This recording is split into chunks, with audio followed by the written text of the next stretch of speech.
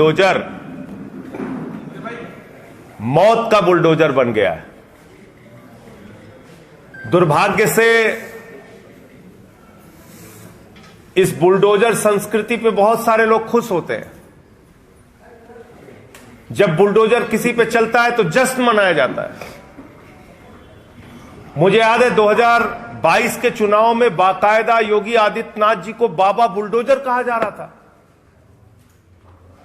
और उससे वो अपना सीना चौड़ा करके कहते थे, देखो मैं बाबा बुलडोजर, मैं बाबा बुलडोजर।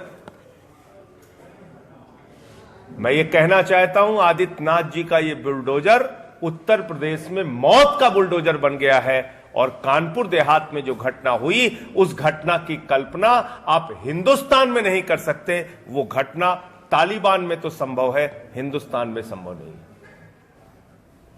आप उत्तर प्रदेश को, कानपुर देहात को तालिबान बनाना चाहते हैं? मैं कल गया था पीड़ित परिवार से मिलने। शिवम दीक्षित, जिसकी मां अब इस दुनिया में नहीं है, जिसकी बहन अब इस दुनिया में नहीं है, बहुत ही पीड़ा के साथ उसने पूरी कहानी बताई। आप भी सुनेंगे तो आपकी आंख से आंसू आ जाएंगे। बाबा परदादा के जमाने से गांव के एक टुकड़े सी जमीन पर, एक जमीन पर, छोटी सी जमीन पर वो लोग रहते थे, उनका परिवार रहता था। 14 जनवरी को अचानक ये बुलडोजर पहुंचता है बाबा जी का। उसने पक्का मकान गिरा दिया कृष्ण गोपाल दीक्षित जी का। वहां पर मौजूद भगवान शिव का मंदिर गिरा दिया। आज महाशिवरात्रि है, आप लोगों को बताना चाहता हूं, शिव जी का मंदिर योगी आदित्यनाथ जी की सरकार में बुलडोजर से कुचल दिया गया 14 जनवरी को। उसके बाद यह परिवार सड़क पे आ गया, रोता बिलखता डीएम के घर पहुंचा। डीएम ऑफिस में उसने फरियाद की। प्रमिला दीक्षित जी भी उस वक्त मौजूद थी, वो भी गई।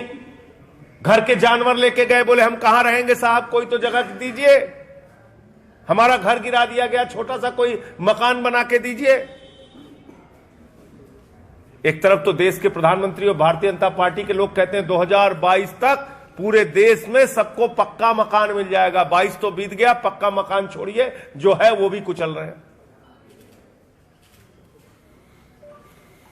तो कोई सुनवाई नहीं हुई डीएम के यहां, कोई सुनवाई नहीं हुई प्रशासन के यहां। और वो लोग परिवार इस कड़कती ठंड में 14 जनवरी को जब उनका घर तोड़ा गया, शिव जी का मंदिर तोड़ा गया, उसके बाद वहां पर एक झोपड़ी थी, उस झोपड़ी में वो लोग रह रहे थे। पूरी कहानी सुनिएगा ध्यान से। उस झोपड़ी में वो लोग रह रहे थे, चलो किसी तरह से गुजारा करते हैं। वो शिवम दीक्षित का छोटा सा बच्चा भी था, उसी में रह रहे थे।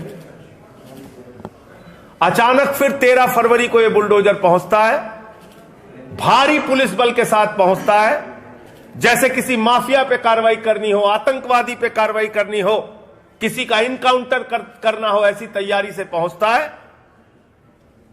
मां और बेटी प्रमिला दीक्षित और उनकी बेटी उस झोपड़ी में होते हैं। झोपड़ी में आग लगा दी जाती है। ये मैं नहीं कह रहा हूं, ये प्रमिला दीक्षित के बेटे शिवम दीक्षित का बयान है। वो बयान मैं भी आपको दे दूंगा। कल जो उसने बातचीत में बताया, मीडिया सारा मौजूद था। आप ये कर रहे हैं, एक व्यक्ति का पक्का मकान गिरा दिया, मंदिर गिरा दिया, झोपड़ी में रह रहे हैं, झोपड़ी में मां बेटी मौजूद है, उनको जला दिया प्रशासन ने आपके। तो ये आत्महत्या नहीं है, बल्कि योगी सरकार के प्रशासन के द्वारा की गई हत्या है, जिसमें दीक्षित परिवार की एक मां, एक बेटी को जलाकर मार दिया गया। इतनी बड़ी घटना हो गई, जिला अधिकारी 4 दिन के बाद घटनास्थल पे पहुंचती है। इतनी बड़ी घटना हो गई, प्रदेश के मुख्यमंत्री के मुंह से एक शब्द भी अभी तक नहीं निकला। इतनी बड़ी घटना हो गई, मुख्यमंत्री जी को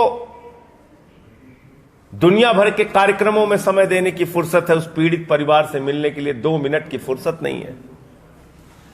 इतनी बड़ी घटना हो गई, अब तक उस पीड़ित परिवार के घाव पर मरहम लगाने की कोई कोशिश नहीं हुई। एसआईटी बनाई है सरकार ने, कहा प्रशासन के लोग प्रशासन की जांच करेंगे, चोर चोर की जांच नहीं कर सकता, अपराधी अपराधी की जांच नहीं कर सकता, हत्यारा हत्यारे की जांच नहीं कर सकता। इसलिए ये जो जांच है, हमारी मांग है आम आदमी पार्टी की कि ये जांच उच्च न्यायालय की निगरानी में, यानी कि हाई कोर्ट की मॉनिटरिंग में सीबीआई से इस पूरे मामले की जांच होनी चाहिए, क्योंकि इसमें प्रशासन शामिल है। प्रशासन के लोगों ने झोपड़ी में आग लगाई, जिससे प्रमिला दीक्षित और उसकी बेटी की मौत हुई है।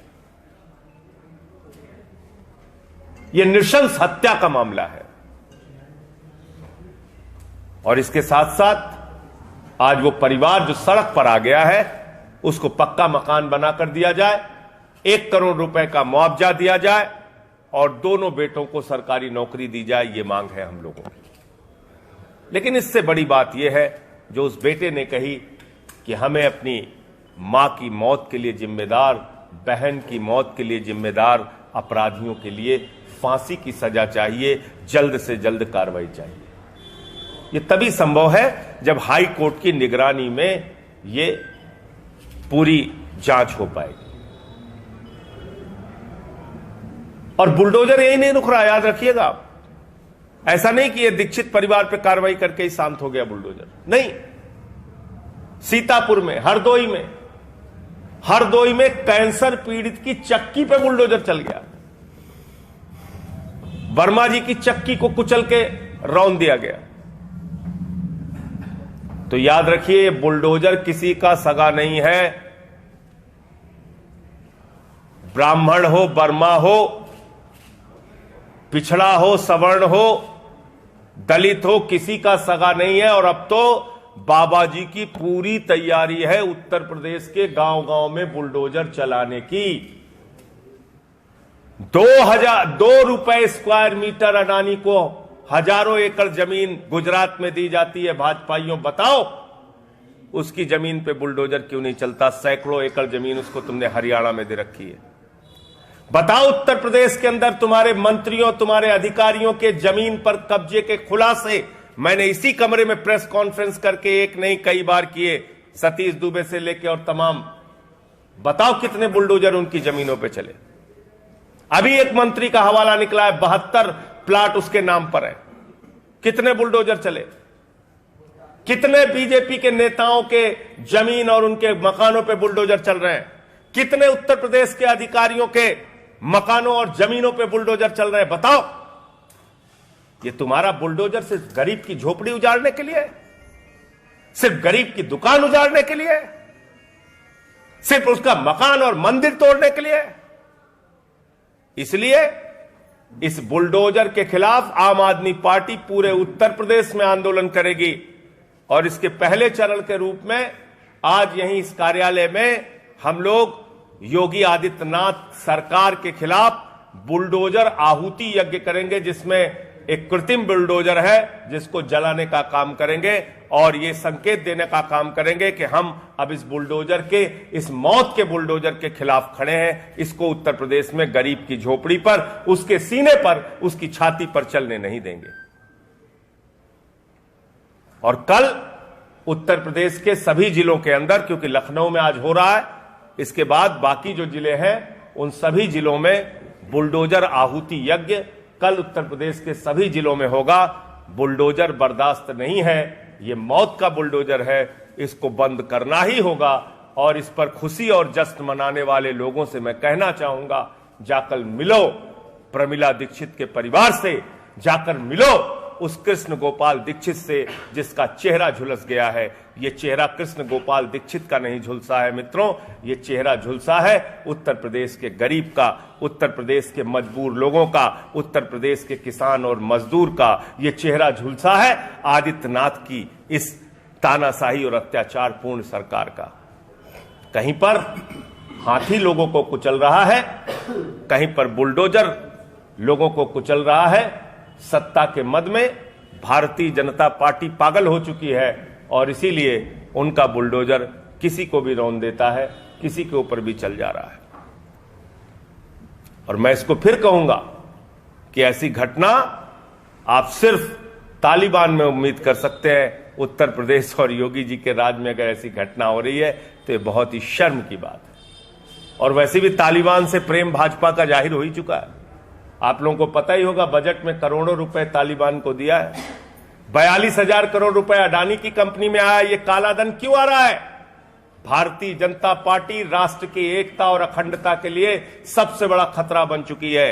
हजारों करोड़ रुपए विदेशों से अडानी की कंपनी में मंगाकर ये लोग हिंसा करना चाहते हैं, देश को तोड़ना चाहते हैं। इस बात से भी मैं देश को सावधान करना चाहता हूं। तालिबान को करोड़ों रुपए भारत की मोदी सरकार ने और भारतीय जनता पार्टी ने क्यों दिया, इसका जवाब एक एक कार्यकर्ता और नेता को देना चाहिए। भारत में आप हिंसा फैलाना चाहते हो, भारत को तोड़ना चाहते हो, भारत की एकता और अखंडता को खंडित करना चाहते हो, यह भी सच पूरे देश के सामने आना चाहिए। 42,000 करोड़ रुपए का काला धन हिंदुस्तान में अडानी की कंपनी में कैसे आया? वो किसका पैसा है? किस आतंकवादी का पैसा है? किस नेता और अधिकारी का पैसा है? इसका भी जवाब पूरा देश मांग रहा है। तो अभी आइए इस आहुति यज्ञ में आप लोग भी